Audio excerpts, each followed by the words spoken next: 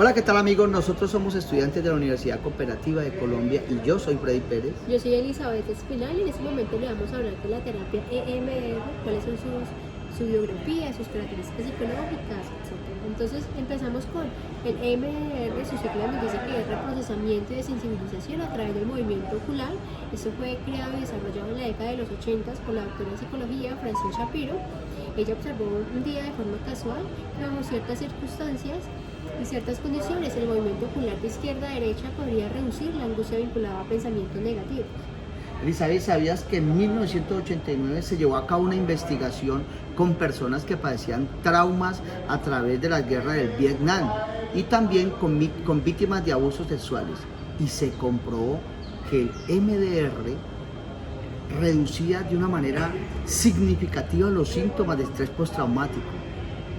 Y en el 2013, la Organización Mundial de la Salud aprobó formalmente el reconocimiento para emplear el MDR en adultos y en niños. Y desde entonces es actualmente uno de los modelos más eficaces y rápidos que abarcan toda una gama de tratamientos y de técnicas para sacar adelante cualquier trauma.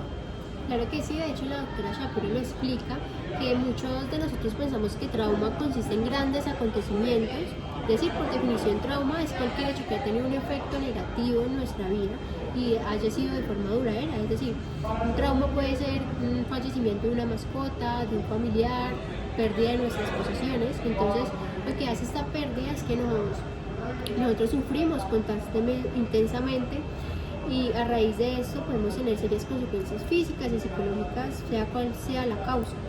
¿Cómo te parece que, a diferencia de otras psicopatologías en el siglo XX, Elizabeth, la desensibilización y el reprocesamiento mediante el movimiento ocular, MDR, no se originó a partir de una perspectiva teórica particular, sino desde una observación empírica directa de Shapiro?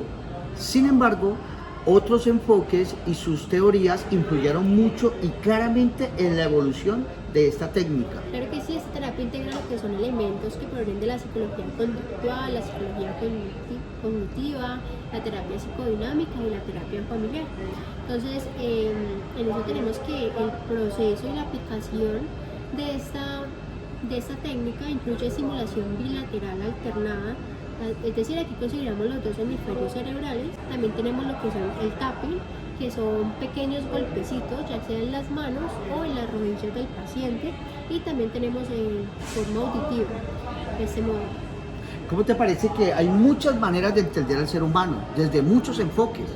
Pero nosotros lo entendemos ¿de qué manera, Elizabeth?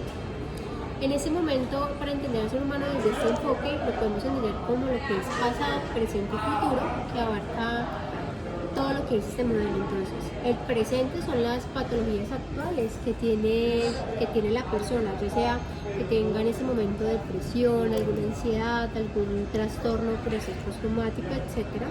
Entonces, lo que hace el terapeuta o el psicólogo es indagar en el pasado, el presente y futuro. Entonces, nos identificamos con esta teoría, puesto que consideramos que a partir de la intervención de la conducta del paciente, ¿qué sucede, Elizabeth? ¿Qué superamos? lo que hacemos es intervenir la conducta del paciente y superamos ciertos traumas. Entonces es necesario conocer la historia o los inicios, ya que allí es el origen de cualquier predisposición a una patología que en el presente se manifiesten esos síntomas. Por eso es muy importante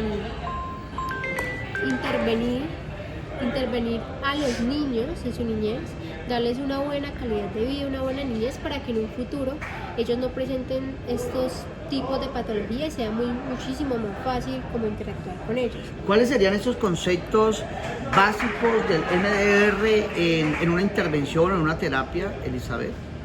El primer concepto que tenemos es el concepto del trauma, que el trauma es la información que proviene de una experiencia estresante que se almacena de forma disfuncional. Es decir, cuando una persona vive ese tipo de sucesos, la memoria del mismo se guarda con el momento del evento, es decir, una especie de recuerdo vivo de la experiencia, que en algún momento vea algo, algún objeto y claramente en ese momento vuelva a revivir aquel trauma, aunque no esté en el lugar que sucedió.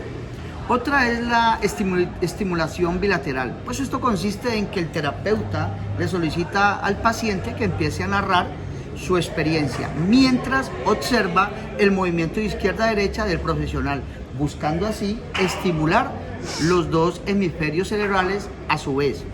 Dicho proceso se conoce como estimulación bilateral y es la base de la terapia. Es la base de la terapia, la estimulación bilateral. Claro que sí, entonces tenemos el tercer momento, que es el modelo de procesamiento adaptativo de información. Entonces el sistema nervioso posee recursos para procesar la información de experiencias adversas. Entonces ahora bien, cuando estos eventos son muy intensos, el sistema se bloquea y no se procesa la memoria de modo normal. Otro es la posición del observador. Los eventos traumáticos no se procesan como los demás y el recuerdo se guarda allí, en vivo. De allí proviene el hecho de que uno de los síntomas del estrés postraumático sea uno de los escenarios de retrospección que revive estos traumas. Es decir, cuando se pasa por un lugar y observa un objeto o escucha algún sonido o huele algo, inmediatamente el recuerdo se evidencia. Por eso lo que el MDR pretende es que usted recuerde sin dolor. Es decir, que usted pueda ver su trauma o su situación no como víctima, sino como observador. Sí, más como un espectador. No se va a quitar el recuerdo, pero sí lo va a tener presente y se le va a quitar como todo el momento del trauma. Y por último tenemos la desensibilización. Que la desensibilización es posible que la idea de, por ejemplo, de subirse a un vehículo, escuchar la bocina de un choque sea un detonante. Es decir, que supongamos que sufres un choque en un vehículo y cada vez que ves un choque o planees subirte a él de nuevo, te vuelva a generar este trauma. Entonces lo que hace la desensibilización es hacer que esos estímulos ya no te generen ese trauma, y no te generen esa activación emocional de ansiedad, sino que ya pases a ver como ese estímulo ya no un estresante ni un activador, sino ya algo como, bueno, me pasó, pero ya no me genera estrés y ya puedo al menos subirme y volver a conducir un auto pese al choque que tuve que me generó ese trauma. ¿Cuáles serían los ejemplos, digamos, de aplicación? ¿Cómo sería esto de aplicación de la terapia?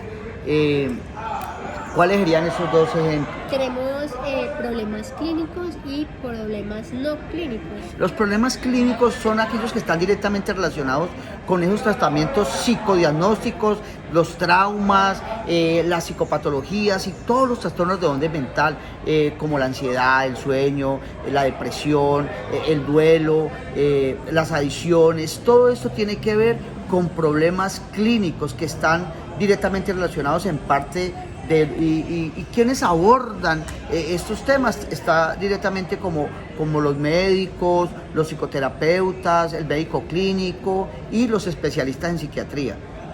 Y ahora tenemos los problemas no clínicos, que ya no son esas cosas de psicopatología, sino que en donde potenciamos nosotros la capacidad, por ejemplo, de autocuidado, la dieta, el ejercicio.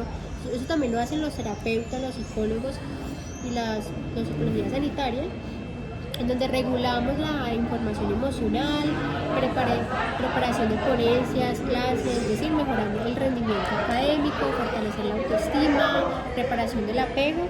Entonces ya vemos en realidad que el EMDR no es solamente tratamiento de traumas ni nada pues que te haya sufrido una patología, sino que también podemos ayudar a potenciar aquellas habilidades que nosotros tenemos como seres humanos. Así como la Organización Mundial de la Salud aprueba y digamos fortalece y remite esta terapia, Elizabeth y yo también aconsejamos que esta terapia es buenísima, eficaz y muy rápida. Muchas gracias por todo. Bueno, Fred, entonces dime, ¿cuál es la manera que tú prefieres interactuar con las personas o tus ideales? Bueno, yo interactúo con las personas de una manera espontánea, soy introvertido, me gusta ver a la persona y escucharla atentamente, dejarla hablar como ya le dije, me gusta, de esa manera me gusta interactuar. Qué bien, sí, a mí también me gusta como un cara a cara con la persona, pero más que este método también me gusta utilizar más lo que es el auditivo. Fred, entonces cuéntanos por favor, ¿por qué crees que les son útiles estos conceptos y estos modelos para la práctica clínica nosotros como psicólogos? Bueno, la clínica tiene que ver mucho con la historia del paciente y todos estos conceptos nos llevan a concluir que hay una patología de base